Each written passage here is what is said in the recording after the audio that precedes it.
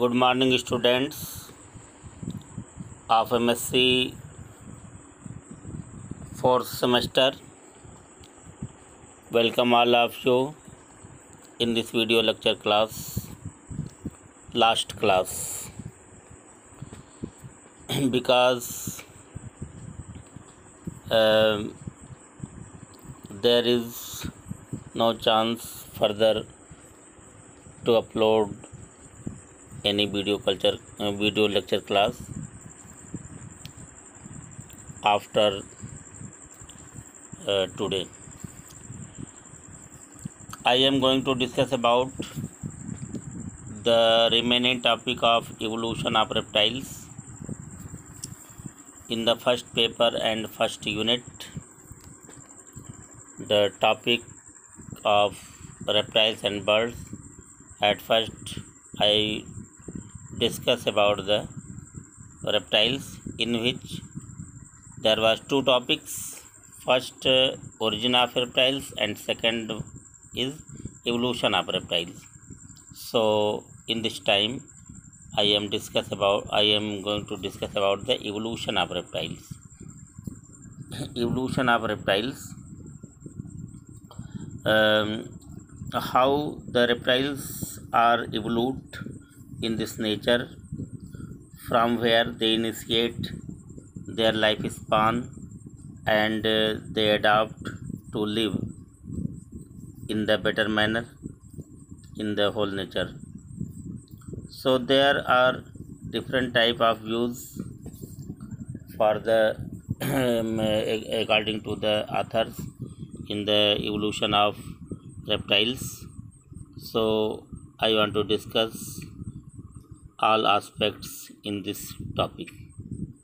So running topic is now evolution of reptiles. Evolution of reptiles bears a special significance, क्योंकि इसका बहुत ही महत्व है. अगर हमें ये पता चल जाए कि रेप्टाइल्स का एवोल्यूशन कैसे हुआ तो ये काफ़ी महत्वपूर्ण है. इसका बहुत बेनिफिट जो है कि हो सकता है, होता है, क्योंकि इसके बाद फिर मैमल्स, फिर बर्ड का एवोल्यूशन, उसके बाद फिर मैमल का एवोल्यूशन होता है. They represent the first terrestrial vertebrates. यही वो वर्टिब्रेट हैं जो सबसे पहले ज़मीन पर रहना प्रारंभ किए. adapted for life in dry places on land. यही जो है ज़मीन पर जो है सूखे स्थान पे रहना प्रारंभ किया सबसे पहले. The dryness of skin, the prevent loss of moisture from body. क्योंकि इनके बॉडी रेप्टाइल्स के जो है बाकी इसके पहले एनिमल जो है कि पानी में रहते थे तो उनकी स्किन जो है गीली रहती थी, नम रहती थी. और जो है कि अब जो रेप्टाइल्स हैं इनकी बॉडी जो है कि ड्राईनेस है, यानी सूखा रहता है. तो सूखा होने की वजह से ये जो है कि इसके मॉइस्चर को, बॉडी के मॉइस्चर को जो है कि रोकते हैं. Method of reproduction. और रेप्टाइल्स के अंदर जो रिप्रोडक्शन का मेथड है, method of reproduction including amniotic eggs capable of development on land and the devices for economising in the use of water are some of the achievement in their terrestrial adaptation. यानी इतने तरह के जो इनके अंदर जो features हैं जो ज़मीन पर इनके रहने के लिए अडाप्ट करता है. यानी क्या है? The dryness of skin to prevent loss of moisture from body. क्योंकि इनकी बॉडी जो इनकी बॉडी का जो स्किन है वो ड्राई है, और इससे जो है कि ड्राई होने की वजह से इनके बॉडी का जो मॉइस्चर है वो जल्दी ख़त्म नहीं होता है. इनके अंदर जो रिप्रोडक्शन का मेथड है यानी कि उसी में इन्वॉल्व है amniotic eggs capable of development on land. यानी एमनियोटिक एग यानी इनके जो एग होते हैं एमनियोटिक एग होते हैं। एमनियोटिक एग मतलब कि उनके अंदर डेवलपमेंटल पावर जो है ज़मीन पर डेवलप करने की कैपेसिटी ज़्यादा होती है। And the devices for economising in the use of water. इस तरह से ये जो है कि ये पानी का यूज़ जो है कि उतना ही करते जितनी ज़रूरत होती है। और सम ऑफ द अचीवमेंट, यही सब इनका अचीवमेंट है, यही जो एक विशेषता है जिसकी वजह से ये ज़मीन पे रहने लायक हो पाए। देयरफॉर द ओल्डेस्ट फॉसिल, जो फॉसिल पाया गया उससे जो पता चला, therefore the oldest fossil clearly judged to be the most primitive reptiles, जो ओल्डेस्ट जो फॉसिल मिले और उससे जो पता चला कि जो प्रिमिटिव रेप्टाइल्स थे उनके बारे में कुछ जानकारी, क्या जानकारी हुई, comprise A group of so called stem reptiles और कार्टिलोसौरिया।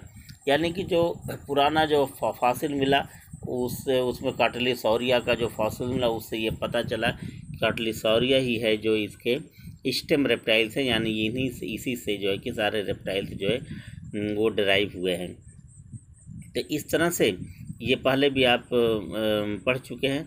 The range from the upper Carboniferous to the upper Triassic, यानी कि इसके पहले जो हमने डिस्कस किया था कि कार्बोनिफेरस पीरियड के पहले the range from the upper Carboniferous जो के ऊपर का जो है कि जो रेंज है, और टू द अपर ट्रियासिक, और ट्रियासिक पीरियड के ऊपर यानी पहले के समय में व्हेन दे बिकम एक्सटिंक्ट, और उसके पहले ये जो है कि काफ़ी कुछ एक्सटिंक्ट हो चुके थे, तभी तो उसका फॉसिल मिला, नष्ट हो गए, दुनिया में है नहीं।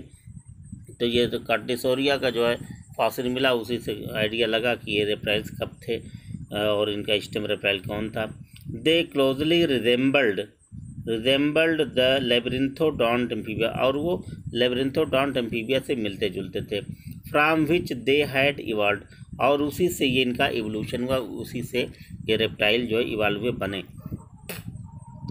दीज प्रिमिटिव और generalised reptiles had thick body, और ये जो स्टेम रेप्टाइल्स हैं जिनकी हम बात कर रहे थे कार्टिलोसौरिया, इनकी बॉडी जो है कि काफ़ी मोटी बॉडी मतलब चमड़ी का था, यानी generalised reptiles had thick body, इनकी बॉडी काफ़ी मोटी थी। स्मॉल पॉइंटेड हेड, और इनका जो है कि हेड जो है स्मॉल और पॉइंटेड होता था। विथ डॉर्सल साइड में नॉस्ट्रिल जो है कि पाए जाते थे। शॉर्ट टेल, छोटा सा टेल था। And short muscular pentadactyl limb, और जो कि छोटा सा जो है ये मस्कुलर पेंटाडेक्टाइल लिम्ब, यानी कि वो जो है फोरलिम्ब और हिंड लिम्ब पाए जाते थे। टू कैरेक्टरिस्टिक्स वेयर कॉमन, इनके दो कैरेक्टरिस्टिक बहुत मेन थे कार्टिलोसौरिया के, यानी कि स्टेम रेप्टाइल्स के, जिससे ये सारे रेप्टाइल्स का इवोल्यूशन हुआ।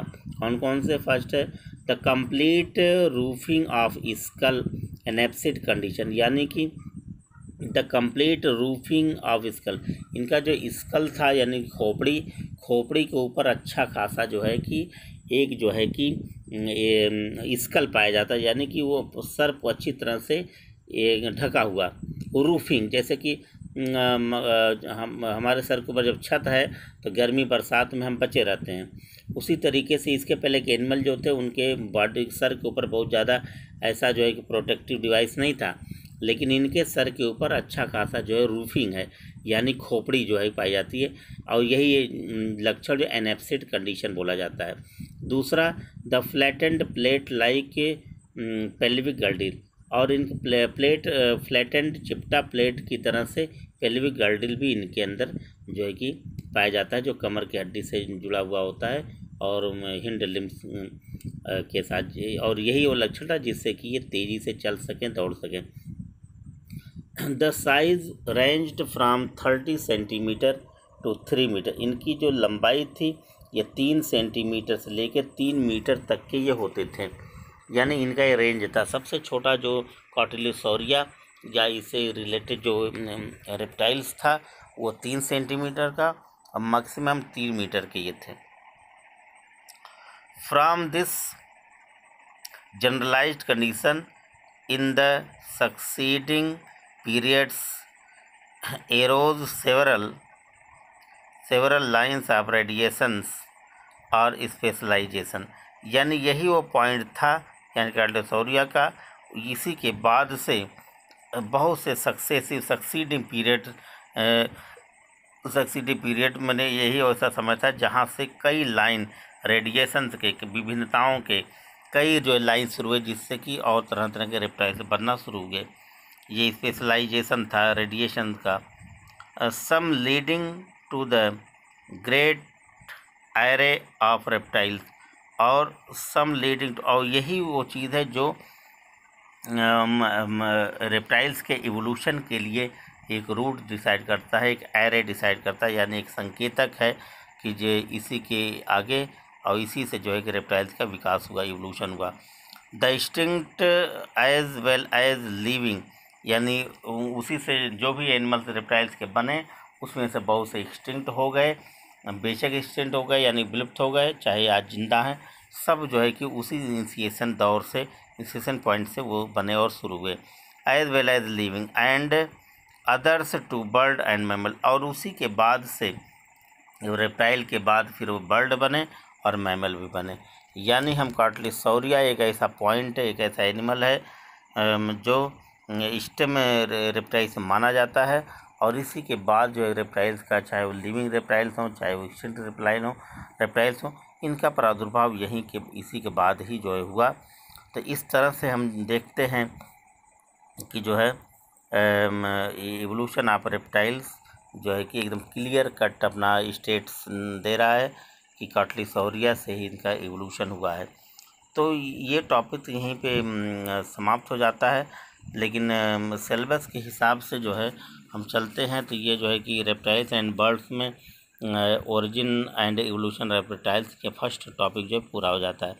इसके बाद ही जो है दूसरा जो टॉपिक जो शुरू होता है वो एक्सटिंक्ट रेप्टाइल्स, जो है कि एक्सटिंक्ट रेप्टाइल्स यानी ऐसे रेप्टाइल्स जो है कि विलुप्त हो चुके हैं, तो उनके बारे में जो है हम यहाँ से स्टार्ट करने जा रहे हैं। एक्सटिंक्ट रेप्टाइल्स, क्योंकि बहुत से ऐसे रेप्टाइल्स हैं जो समय के साथ ख़त्म हो गए जो है, अब उनकी चर्चा हम करेंगे। माना कि बहुत लंबा टॉपिक है, लेकिन इसी वीडियो में हम आपको जो है कि इसकी जो एक समरी देंगे और इसके बाद आप डिटेल पढ़ेंगे और नोट करेंगे तो सारी चीज़, क्योंकि एक कहानी नुमा है, कहानी एक स्टोरी है ये। तो फिलहाल इसको हम यहाँ पे जो है कि ये आगे लेके चल रहे हैं।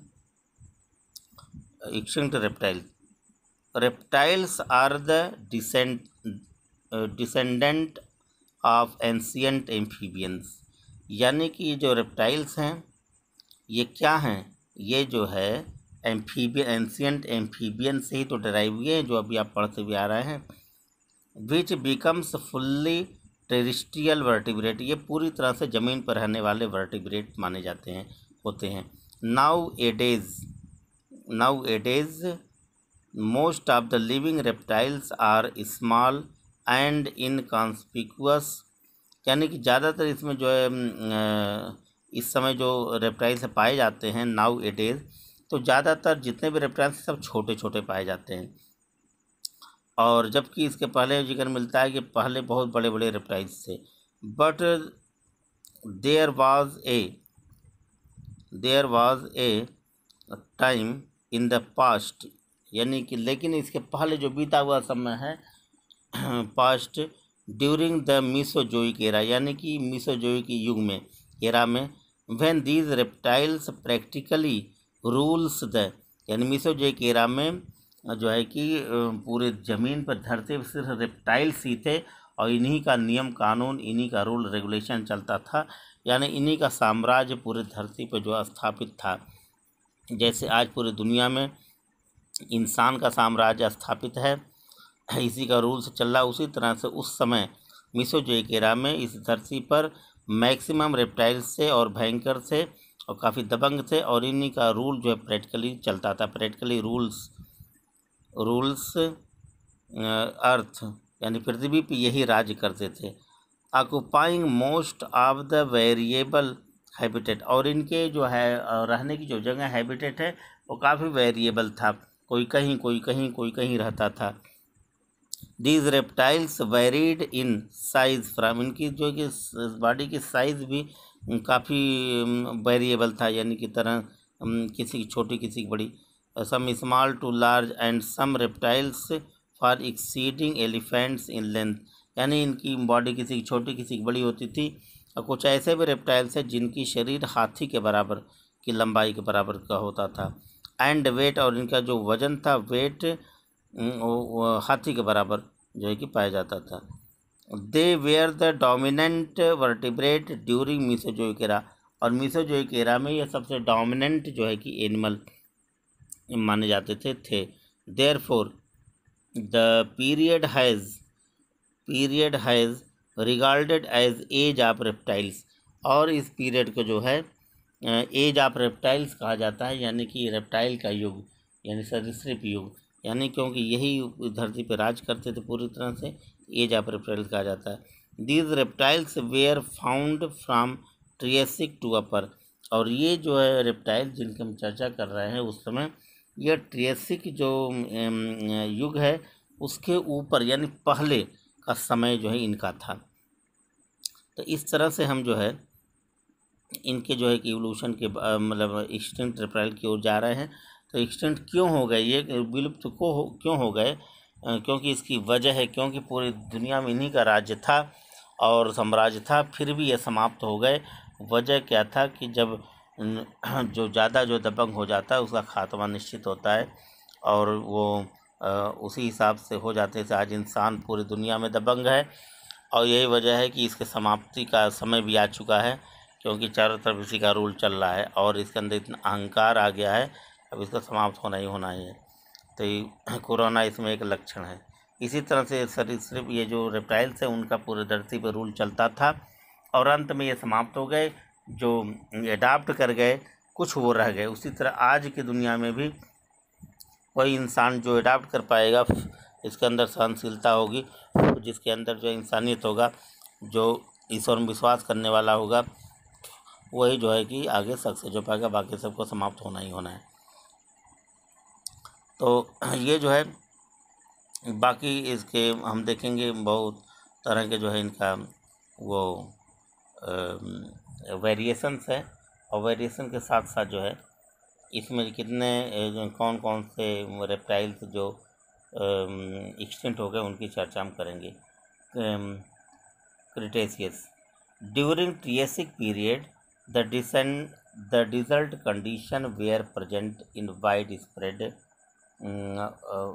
स्प्रेड एरिया ऑफ लैंड, यानी ट्रियासिक पीरियड जो था, यानी जिस समय ये पाए जाते, जिस समय ये विलुप्त हुए, यानी ये रेप्टाइल्स उस समय क्योंकि ट्रियासिक पीरियड में जो है कि चारों तरफ डिजर्ट का कंडीशन आ गया, चारों तरफ एक मरुस्थल यानी सूखा हो गया, सूखा पड़ने लगा, डिजर्ट जैसा माहौल कंडीशन आ गया, और चारों तरफ इस तरह का माहौल, इस तरह का जो है कि ज़मीन पर इस तरह कंडीशन फैल गया। During this period dinosaurs and pterosaurs reptiles were evolve, और ठीक उसी समय जो है जाहिर बात जब डिजर्ट चारों तरफ हो गया तो उसमें जो है कि कुछ ही है जो रह पाए, जो बच गए वो दबंग होते चले गए। ड्यूरिंग दिस पीरियड, उसी पीरियड समय डायनासोर और टेरोसोर्स रेप्टाइल्स ही जो है इवाल्व हुए, यानी कि उनका समय आया, वही दबंग होके आ गया है, यानी कि प्रेजेंट हुए, इवाल्व हुए, उनका विकास हुआ। In Jurassic period dinosaur attend gigantic size, जब जुरासिक पीरियड टाइम आया उस समय डायनासोर इतने बड़े बड़े होने लगे, उनकी बॉडी बहुत महाकाय जैसे उनकी बॉडी होती थी। एंड ऑक्युपाइड सिमिलर इन्वायरमेंट, और उनके जो है कि और इन्हीं के लिए जो है कि उस समय के इन्वायरमेंट इन्हीं के लिए सूटेबल था, यानी सिमिलर था, जिसमें वो रह सकते थे। During this period ichthyosaurs, dinosaurs, pterodactyls were the prominent huge size reptile. यानी उस समय इक्थियोसार्स, डायनासोर, टेरोडेक्टाइल्स ये जो है रेप्टाइल्स हैं, ये काफ़ी बड़े बड़े साइज के होते थे। Whose weight was 40 ton. इनकी जो वजन होती थी 40 टन्स तक होती थी। एंड लेंथ वाज 100 फीट, और इनकी जो लंबाई होती थी वो 100 फीट के बराबर होती थी। अब समझ जाइए कितने बड़े बड़े होते थे। ह्यूज साइज रेप्टाइल्स, जो सबसे बड़ा रेप्टाइल्स होता था, रेप्टाइल्स इनहेबिटिंग द लैंड, और जो बड़े बड़े साइज के जो रेप्टाइल्स होते थे वो ज़मीन पे रहते थे, और ये हवा में उड़ने वाले भी होते थे। And water becomes and water, पानी में भी ये रह सकते थे। यानी इनका साम्राज्य चारों तरफ था। एयर में भी, लैंड पे भी, वाटर पे, हर जगह रहते थे। लेकिन ये विलुप्त हो गए। वजह क्या था? जब जुरासिक पीरियड आया, ट्रियासिक पीरियड में ये चारों तरफ मरुस्थल होगा, चारों तरफ डिजर्ट हो गया, तो सारे जीव जंतु लगभग समाप्ति की ओर हो गए। सिर्फ जो है रेप्टाइल्स रह गए।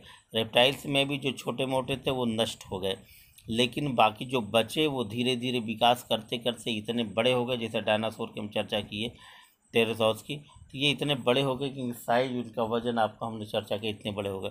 क्योंकि जो बचेगा वही तो राज करेगा। तो ये बच गए और इनका साम्राज्य पूरे धरती फैल गया। और जब फैल गया तो ये हर जगह जो है कि इनकी दबंगई चलने लगी, हर जगह इनका प्रादुर्भाव होने लगा, हर जगह इनका पानी में, हवा में और ज़मीन पर, हर जगह जो पाते थे वो खाते थे, जिसको पाते थे समाप्त कर देते थे। तो मतलब कि ये विदाउट रूल हो गए, और ये रूल तो चलाते थे लेकिन अपने स्वयं विदाउट रूल हो गए। और यही वजह था कि एक रेप्टाइल दूसरे रेप्टाइल को, जब भोजन की कमी हुई और चीज़ों की कमी हुई, क्योंकि सभी दबंग रहते हैं, कोई किसी को तो समझ नहीं सकता, आपस में लड़ाई होती, उनको खत्मा उनका होना ही। उसी तरह से आज जैसे का समय है, जो बचेगा वो दबंग होगा, अंत में वो जो है फिर वो जो है रूल करेगा। रूल करने के बाद फिर उसका भी वही हाल होगा। जैसे यानी इससे हमें सीखना है रेप्टाइल के, एक्सटिंक्ट रेप्टाइल से। तो दीज क्या आपने देखा, air and water becomes extinct during the lower Cretaceous period. और ये जो है लोअर क्रिटेशियस पीरियड के लास्ट में जाते जाते ये रेप्टाइल समाप्त हो गए, विलुप्त हो गए, नष्ट हो गए, यानी कि एक पूरी तरह से विलुप्त हो गए। Nowadays only fossils of these extinct reptiles were found. आज जो है सिर्फ इनका रेप्टाइल्स पाया जा रहा है, इनका जो है कि फॉसिल पाया जा रहा है, और ये समाप्त हो गए। काफ़ी बड़े होते थे, इतने बड़े होने के बावजूद भी ये समाप्त हो गए। तो from biological point of view the fossils present the evidence of the past life on the earth. और बायोलॉजिकल पॉइंट ऑफ व्यू से देखा जाए तो फॉसिल ही एक वो प्रमाण पत्र है, प्रमाण है, जिसके आधार पे हम जो कि पहले के जीवन के बारे में, धरती पे जो पहले का जीवन था उसका पता लगा सकते हैं, जानकारी प्राप्त कर सकते हैं। Fossils are the solid proof of the evolution of living beings. जो है कि फॉसिल ही है जो है सबसे अस्थाई जो है कि प्रूफ है लिविंग बीइंग की एवोल्यूशन का। The study of fossils provides a very conclusive evidence in favour of organic evolution. और फॉसिल ही जो है कि हमें ऑर्गेनिक एवोल्यूशन का जो है फेवर जो है कि प्रोवाइड कराते हैं। सच एज रेप्टाइल्स है evolved from amphibians. such as reptiles have evolved from amphibians and bird and mammals. Such as reptiles have evolved from amphibians and bird and mammals have evolved from the reptiles। यानी कि reptiles जो है कि amphibia से derive हुए, और जो है कि और रेप्टाइल से बर्ड और मैमल डराइव हुए। So fossil provides information that life has evolved gradually from the more complex evolved forms। यानी इस तरह से फॉसिल जो है वो जो एक फैसिलिटी उपलब्ध कराता है, वो इन्फॉर्मेशन हमें प्रोवाइड कराता है, जिससे ये पता चलता है कि जो इस धरती पे जो जीवन है, लाइफ है, वो कैसे इवाल्व हुई। वो सिंपल से कॉम्प्लेक्स फार्म में इवाल्व होती चली गई, सिंपल फार्म से मोर कॉम्प्लेक्स फार्म में इवोल्यूशन होता चला गया, जैव विकास होता चला गया, क्योंकि एम्फीबियन से रेप्टाइल बने, क्योंकि एम्फीबियन से जो है कि कम्प्लेक्स रेप्टाइल हैं, अब रेप्टाइल से कम्प्लेक्स जो है बर्ड हैं, और बर्ड से कम्प्लेक्स मैमल हैं, इसलिए सिंपल से कम्प्लेक्स फार्म में जो है कि इवोल्यूशन हुआ है। ये फासिल हमें इस बात की प्रूफ जो जानकारी देते हैं।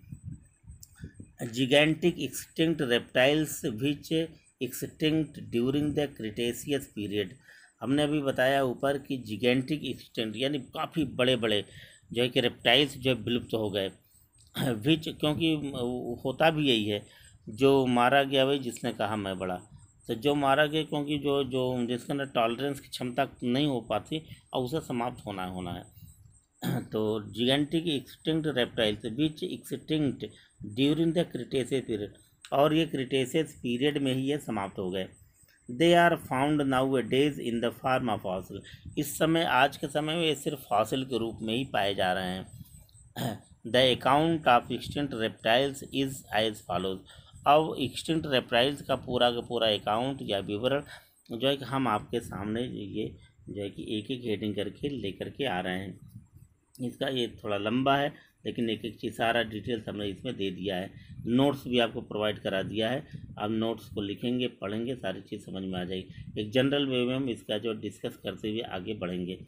तो ये जो टॉपिक है हमारा, टॉपिक भी यही है कि एक्सटिंक्ट रेप्टाइल्स, यानी कि फर्स्ट पेपर के फर्स्ट यूनिट में जो है कि जो सेकंड टॉपिक है वो एक्सटिंक्ट रेप्टाइल, विलुप्त सरीसृप, यानी जो विलुप्त हो गए, एक्सटिंक्ट हो गए रेप्टाइल, वो कौन कौन से हैं, उनका स्ट्रक्चर कैसा था, वो कितने, मतलब उनके सारे फीचर्स उनके बारे में जो है यहाँ पे देखना है। तो इसमें जो है कि जो एक्सटिंक्ट रेप्टाइल्स हैं उनकी जो है कि वो एक एक करके वो सामने आते जाएंगे, उनको हम जो है कि डिस्क्राइब करते जाएंगे।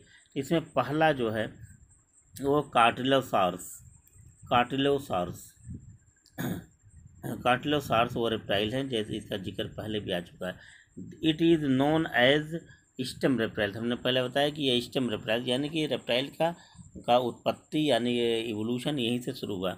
इट इज़ नोन, ये भी समाप्त हो चुके हैं, इन्हीं से उत्पन्न हुआ, लेकिन ये समाप्त भी हो गए। It is known as stem reptiles, ये स्टेम रेप्टाइल माने जाते हैं। Became extinct in Triassic period में समाप्त हो गए, विलुप्त हो गए। They were the most primitive, ये बहुत प्रिमिटिव नेचर के रेप्टाइल थे।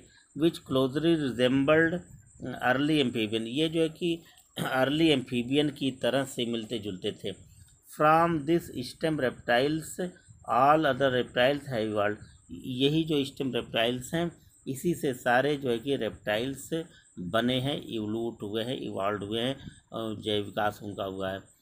These extinct reptiles were numerous during Permian period, ये जो स्टेम रेप्टाइल्स हैं वो पर्मियन पीरियड में न्यूमरस थे। And by the end of Triassic period they seems to have become extinct, यानी कि जब पर्मियन पीरियड था उस पीरियड में ये बहुत अधिक संख्या में जो दुनिया में पाए जाते थे, लेकिन जब जो है ट्रियासिक पीरियड का जब अंत आया, अंतिम समय आया, उस समय ये विलुप्त हो गए, समाप्त हो गए।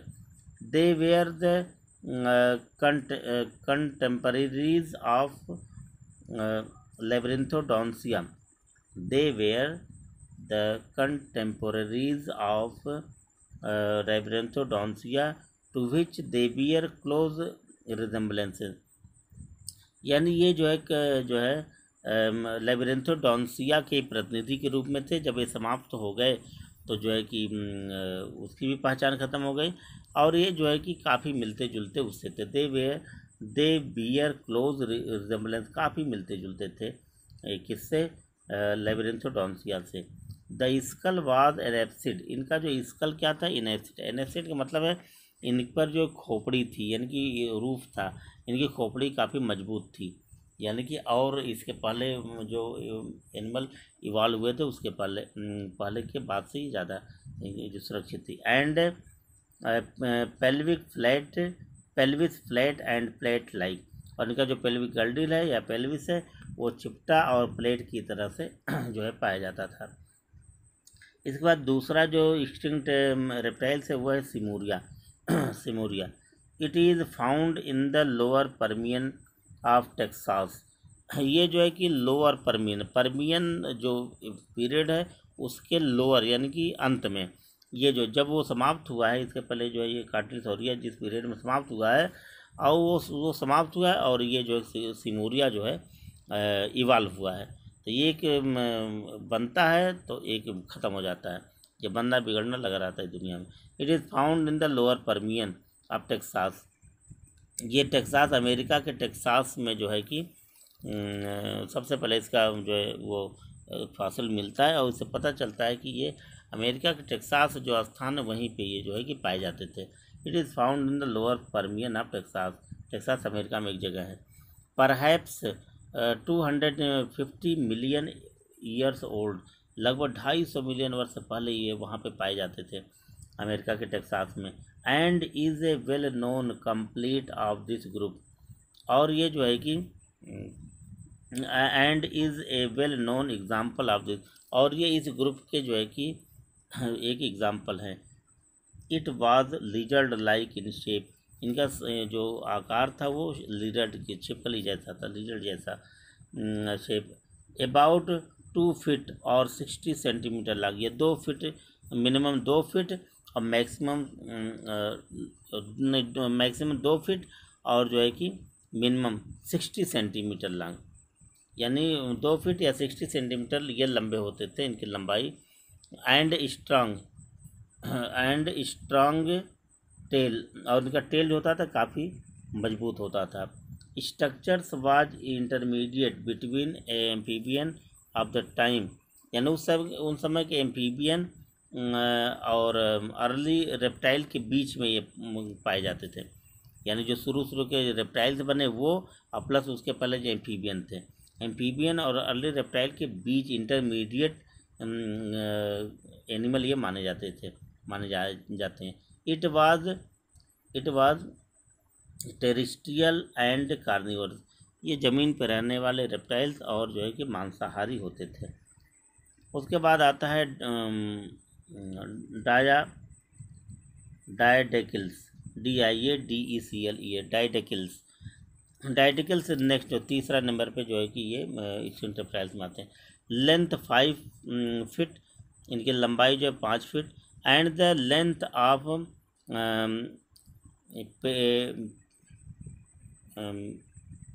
पेरियासारस वाज 10 फीट, ये जो इनकी लंबाई 5 फुट होती थी और मैक्सिमम जो है 10 फीट। उसमें एक पेरियासारस एक जो है कि एग्जांपल है इसका डायडेकिल्स का 10 फीट का। दीज आर अनदर कार्टिलोसार्स, ये दूसरे कार्टिलोसार्स हैं।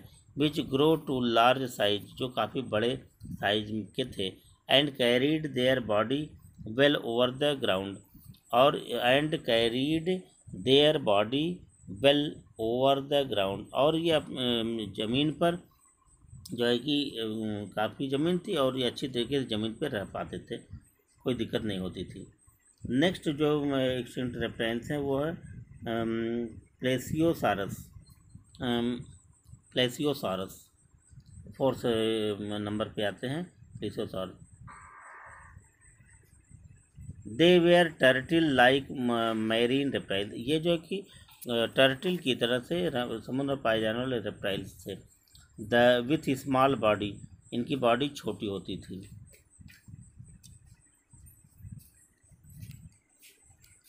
इनकी बॉडी छोटी होती थी और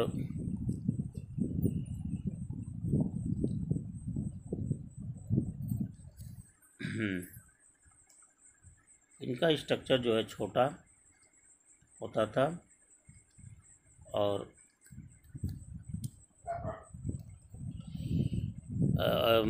इनका सर भी छोटा होता था।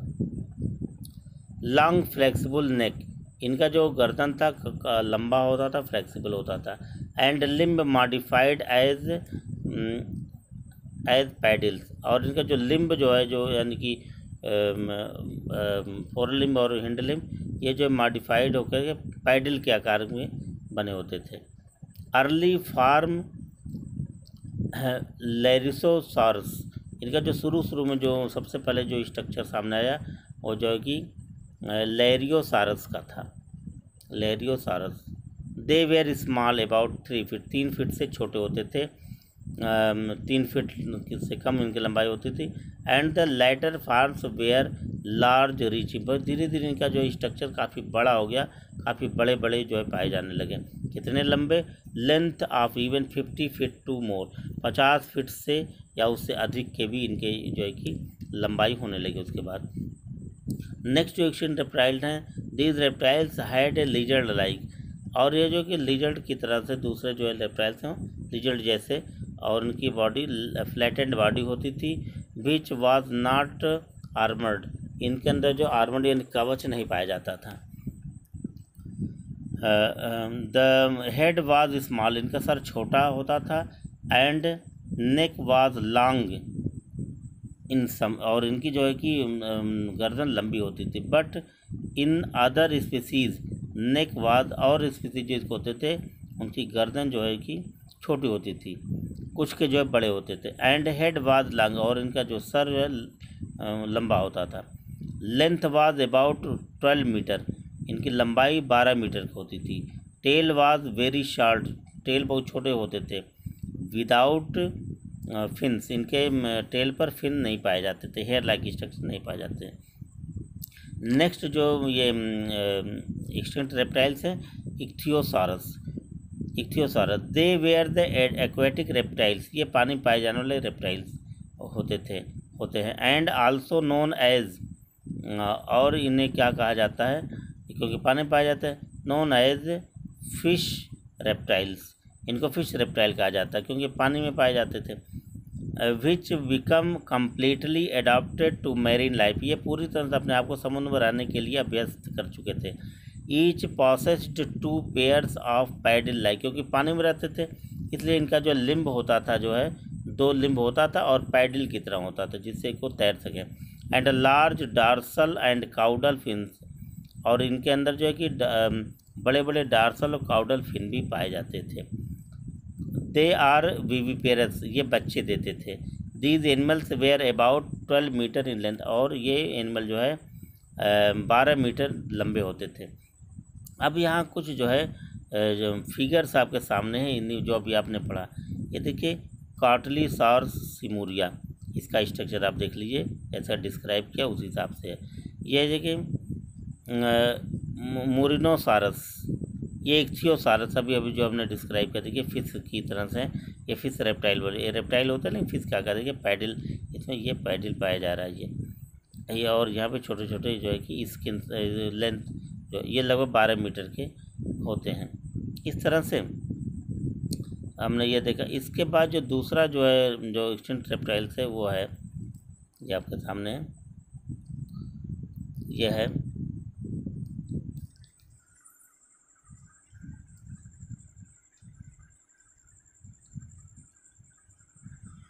टेरोडेक्टाइल्स, टेरोडेक्टाइल्स ये भी एक्सटिंक्ट हो गए। ये है एक्सटिंक्ट फ्लाइंग रेप्टाइल, ये फ्लाइंग रेप्टाइल है, उड़ने वाली, जो हवा में उड़ते थे। हमने पहले बताया कि ज़मीन पे भी पाए जाते, हवा में उड़ने वाले, पानी में भी पाए जाने वाले रेप्टाइल्स थे।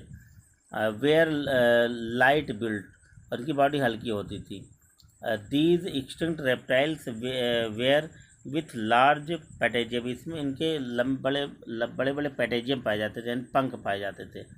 These patagium was supported by an elongated finger for flight, और इनके पैटेजियम में देखिए ये फिंगर जैसे, यहाँ पे देखिए फिंगर जैसे स्ट्रक्चर, यहाँ भी जो फिंगर जैसे पैटेजियम विंग भी होता था, और साथ साथ इसमें जो है फिंगर लाइक प्रोजेक्शन पाए जाते थे जिससे ये उड़ भी सकते थे। Teeth were present in these animals, इनमें जो दांत भी पाए जाते थे। The size was small, size इनकी छोटी होती थी। The best example of the group was, इसका जो एग्जाम्पल है जो फिगर 2 सामने दिया गया है, यह है राइम्फोरिंकस एंड टेरेनोडॉन, ये दो जो है कि ये स्ट्रक्चर आपके सामने है, ये दोनों, ये जो फ्लाइंग जो है रेप्टाइल्स माने जाते हैं। उसके बाद आते हैं थेरेप्सिड, थेरेप्सिड रेप्टाइल्स जो एक्सटिंक्ट ये भी हो चुके हैं। This constitute that group of extinct reptiles, this constitute that group of extinct reptiles from which mammals have evolve. ये ऐसे रेप्टाइल्स का ग्रुप है, यानी रेप्सिड, इसी से जो है कि मैमल डराइव हुआ है, यानी कि मैमल की ये इंसिस्टर माने जाते हैं। आगे चल के मैमल जब पढ़ेंगे तो उसमें जो है कि इसका जिक्र होगा। Skull had a large brain case. इनका जो इनके खोपड़ी के अंदर बड़ा सा जो है कि ब्रेन केस पाया जाता है, यानी कि क्रेनियम, जिसके अंदर ब्रेन बंद होता है। हैविंग डिफ्रेंशिएटेड टीथ, और दांत अलग अलग, माउथ में 10 टीथ जो है डिफ्रेंशिएटेड टीथ, यानी हर दांत अलग अलग दिखते थे। The best example of this group was, इस एग्जाम्पल का जो सबसे बेस्ट जो है एग्जाम्पल वह है एनोमोडोन्सिया एंड इक्टिडोसारिया। ये जो है कि दो एक से एग्जाम्पल हैं।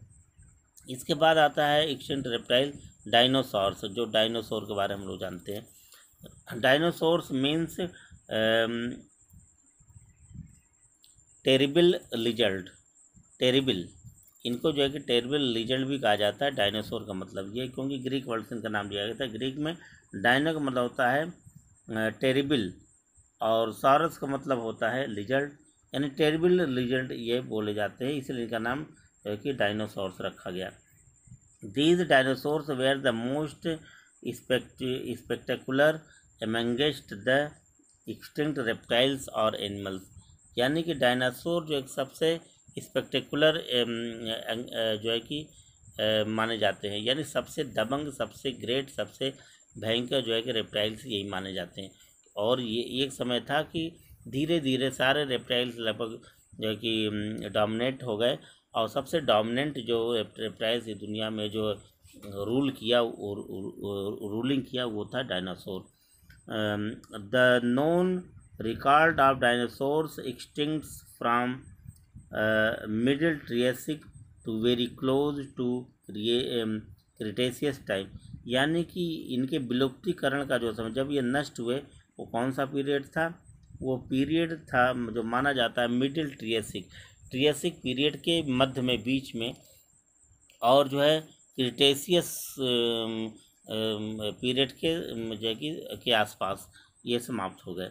दे फ्लोरिश्ड वेल इन मीसोजोइक, और मीसोजोइक एरा में ये काफ़ी जो है कि खूब जो है बहुत अच्छी तरीके से पाए जाते। फ्लोरिश्ड यानी इनका साम्राज्य स्थापित था।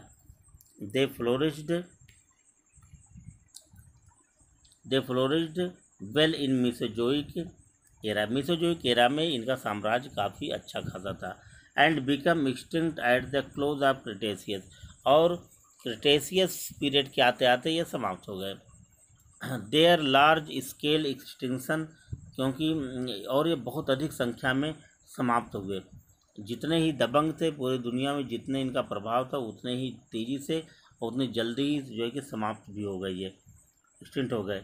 The large scale extinction might be due to climatic changes, और ये क्यों समाप्त हो गए? क्योंकि उस समय क्लाइमेटिक इन्वायरमेंटल चेंजिंग इतनी तेज़ी से हुई कि वो अपने आप को जो है कि अभ्यस्त नहीं कर पाए, अडाप्ट नहीं कर पाए, और इतने जो है कि दबंग होते हुए भी, भयंकर होते हुए भी सारी अडाप्ट नहीं कर पाए, समाप्त हो गए। Which did not favour them other world, और क्योंकि जो क्लाइमेट था, जो क्लाइमेटिक चेंजिंग इनके फेवर में नहीं थी, यानी ये अपने आप को अडाप्ट नहीं कर पाए। Up to 1824 the dinosaurs were not known to human beings. 1824 तक जो है कि डायनासोर के बारे में इंसान को कोई जानकारी नहीं थी। Since 1824 then continuously fossils of dinosaurs were obtained from each continent. यानी 1824 के बाद जो है, यानी उसी के बाद से तमाम जो डायनासोर के फॉसिल्स जो है जगह जगह पाए जाने लगे, और उसी से जानकारी मिली। In the history of earth there was a time when dinosaurs were found, और उसके बाद धरती पे डायनासोर पाए जाते थे। ये हिस्ट्री, ये जानकारी जो है कि इंसान को पता चला। This period is called age of dinosaurs, और ये भी पता चला कि उस समय ये सिर्फ धरती पे डायनासोर ही 99% से, इसीलिए उस समय एज ऑफ डायनासोर बोला जाता है, डायनासोर का युग माना जाता था। During excursions in western part of America, 500 complete mold of dinosaurs were obtained. यानी अमेरिका के जो है अमेरिका के इलाके में, जो वेस्टर्न पार्ट ऑफ अमेरिका के वेस्टर्न इलाके में जो है कि काफ़ी खुदाई की गई और वहाँ पे 500 जो है कि डायनासोर के लगभग कंप्लीट फॉसिल मिले. The remains of dinosaurs were found in lower layer of fossils.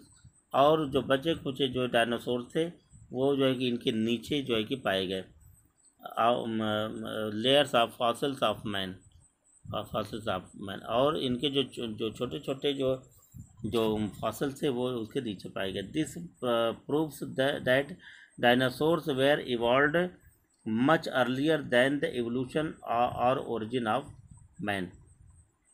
ये prove that dinosaurs were evolved much earlier than the evolution of origin. यानी कि खुदाई में मानव का कंकाल पहले मिला और उसके बाद जो है कि डायनासोर के कंकाल मिले. यानी इससे ये पता चलता है कि डायनासोर का जो इवोल्यूशन मानव के इवोल्यूशन के बहुत पहले हो चुका था. In hybrid dinosaurs were varied. अब स्वभाव में ये डायनासोर विभिन्न प्रकार के होते थे. सम डायनासोर्स वेयर हर्बीवोरस, कुछ डायनासोर शाकाहारी होते थे. अदर वेयर इंसेक्टिवोरस, कुछ इंसेक्ट को खाने वाले इंसेक्टिवोरस होते थे. सम डायनासोर्स वेयर टेरेस्ट्रियल, कुछ ज़मीन पर रहने वाले डायनासोर होते थे. And others lived in air, और बहुत से डायनासोर हवा में उड़ने वाले भी होते थे.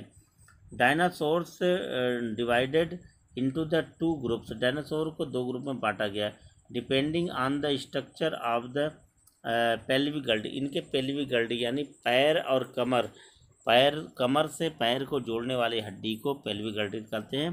पेल्विक गल्डी के आधार पर ये दो भागों में इनको बांटा गया है. पहला है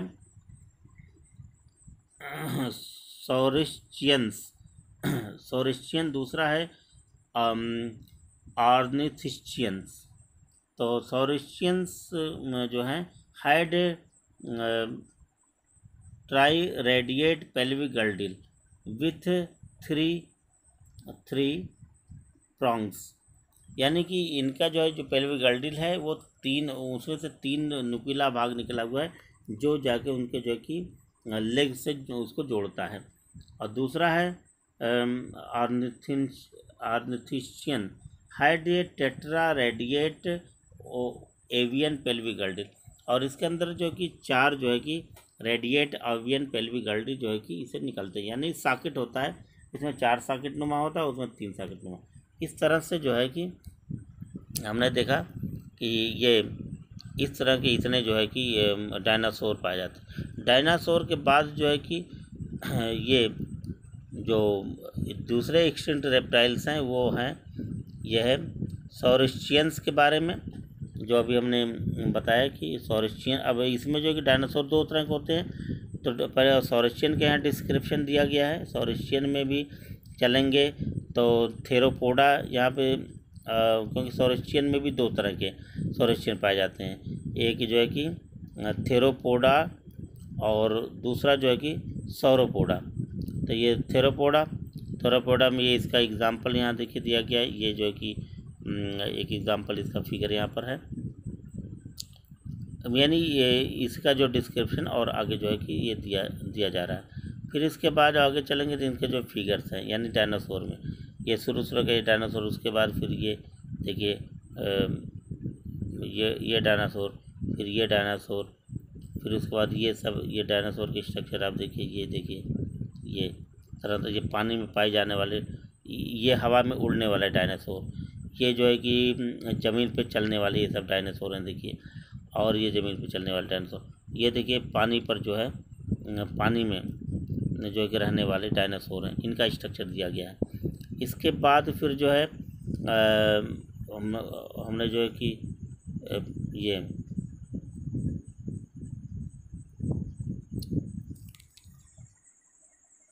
इसी डायनासोर के जो है डिस्क्रिप्शन को जब आगे जब पढ़ाया जाता है तो वो नोट्स अवेलेबल नहीं था, इसको हमने बुक से जो है कि फिगर दिया है. ये कार्निसोरिया उसके बाद आते हैं. फिर ये क्रीटेसार्स हैं, मेगालोसार्स हैं, फिर सौरोपोडा, उसका जो सेकंड भाग था सौरोपोडा, तो यहाँ से ये शुरू होता है सौरोपोडा। तो सौरोपोडा में इसमें एग्जाम्पल दिए गए हैं। इसके बाद फिर इनके भी स्ट्रक्चर देखिए साथ में दिए गए हैं, इसको भी आप देख लेंगे बुक से, डिटेल पढ़ लेंगे। इसके बाद जो है कि हमने बताया दो भाग था, तो आर्निशियन और आर्थिनिशियन, इनका जो है कि यहाँ पे जो है कि डिवीज़न दिया गया है।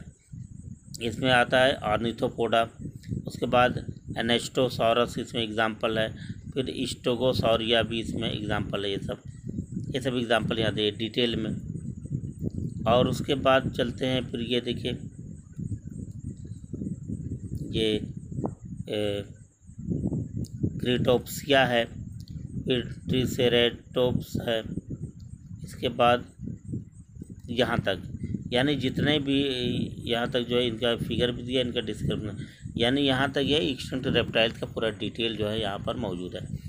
तो एक्सटिंक्ट रेप्टाइल से इसी के साथ जो है कि हमने एक्सटिंक्ट रेप्टाइल का पूरा नोट्स और इसका डिस्क्रिप्शन दे दिया और इसको आप पढ़ डाले। इस तरह से फर्स्ट पेपर के फर्स्ट यूनिट में हमने रेप्टाइल्स एंड बर्ड दो है, तो रेप्टाइल